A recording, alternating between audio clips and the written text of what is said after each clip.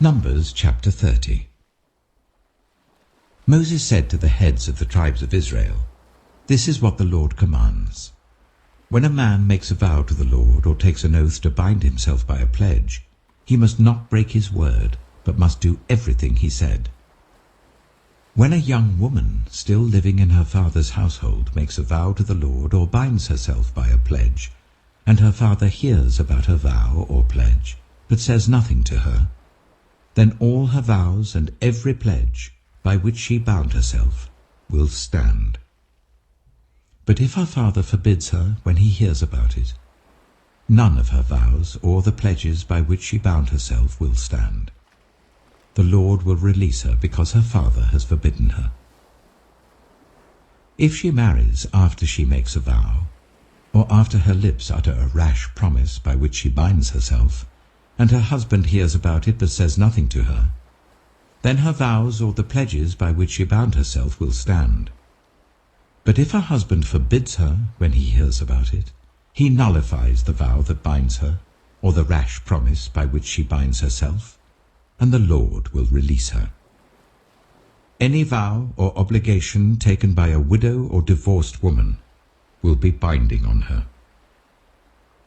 If a woman living with her husband makes a vow or binds herself by a pledge under oath, and her husband hears about it but says nothing to her and does not forbid her, then all her vows or the pledges by which she bound herself will stand. But if her husband nullifies them when he hears about them, then none of the vows or pledges that came from her lips will stand. Her husband has nullified them, and the Lord will release her. Her husband may confirm or nullify any vow she makes or any sworn pledge to deny herself.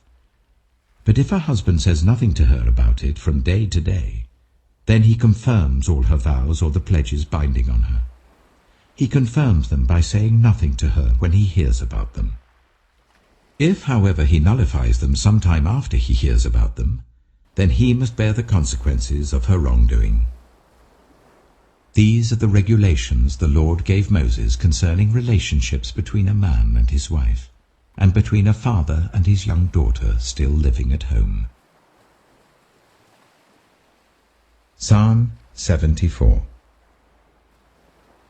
O God, why have you rejected us forever? Why does your anger smolder against the sheep of your pasture? Remember the nation you purchased long ago, the people of your inheritance whom you redeemed, Mount Zion, where you dwelt. Turn your steps toward these everlasting ruins, all this destruction the enemy has brought on the sanctuary. Your foes roared in the place where you met with us. They set up their standards as signs. They behaved like men wielding axes to cut through a thicket of trees. They smashed all the carved paneling with their axes and hatchets. They burned your sanctuary to the ground. They defiled the dwelling place of your name. They said in their hearts, "We will crush them completely." They burned every place where God was worshipped in the land. We are given no signs from God. No prophets are left, and none of us knows how long this will be. How long will the enemy mock you, God? Will the foe revile your name forever?